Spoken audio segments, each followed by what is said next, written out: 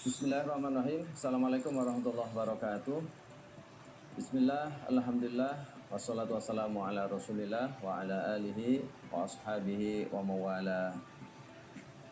Sobat pelatihan yang berbahagia, kali ini kita akan berbicara tentang sistem pelatihan dan pengembangan sumber daya manusia di Kementerian Agama.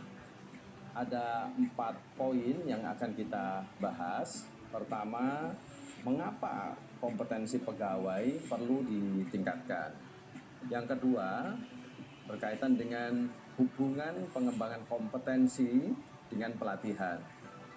Yang ketiga, kita akan mendiskusikan soal konsep pelatihan yang diselenggarakan oleh Pusdiklat, khususnya Pusdiklat teknis.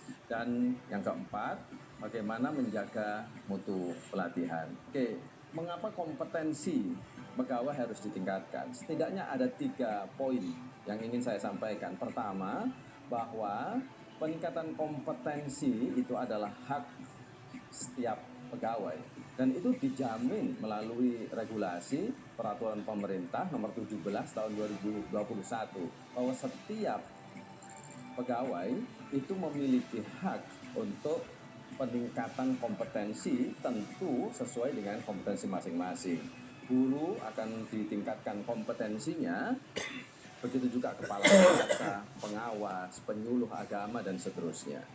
Yang kedua, bahwa kenapa penting untuk ditingkatkan kompetensinya ini, karena pegawai yang kompeten itu akan berbanding lurus dengan performa organisasi Kementerian Agama. Dan kalau ini dilakukan secara baik, melalui pelatihan yang baik, maka citra Kementerian Agama akan meningkat. Disinilah titik penting mengapa kompetensi tadi itu perlu ditingkatkan.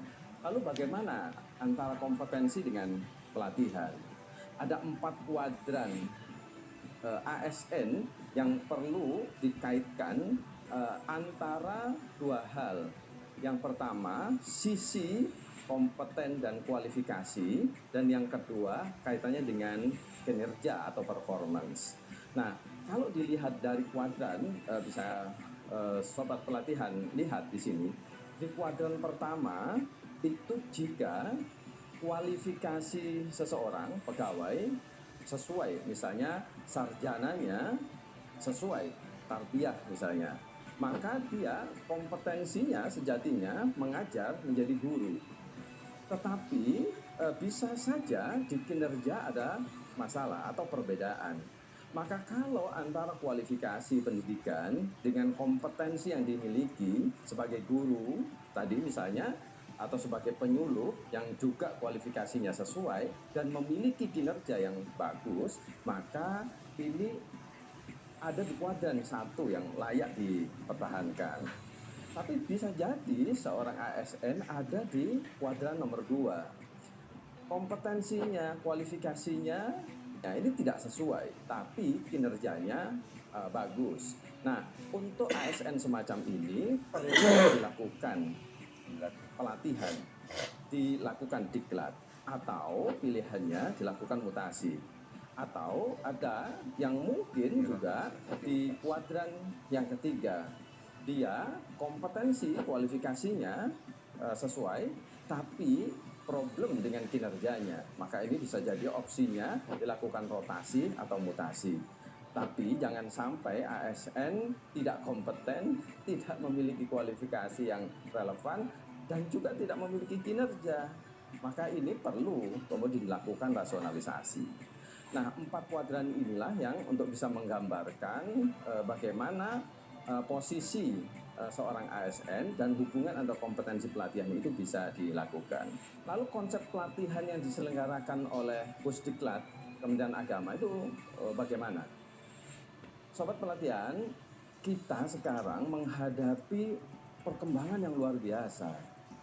Masing-masing ASN memiliki kebutuhan yang bermacam-macam. Pusdiklat ini juga mendapatkan banyak sekali penawaran kerjasama dari berbagai pihak, dari dalam internal Kementerian Agama sendiri dan juga dari luar.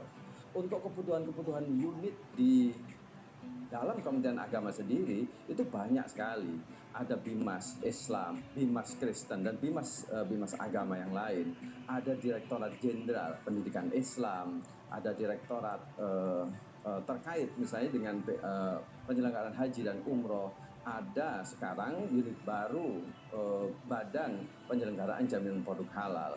Nah, masing-masing kami menyebutnya sebagai user itu harus mendapatkan pelatihan yang relevan.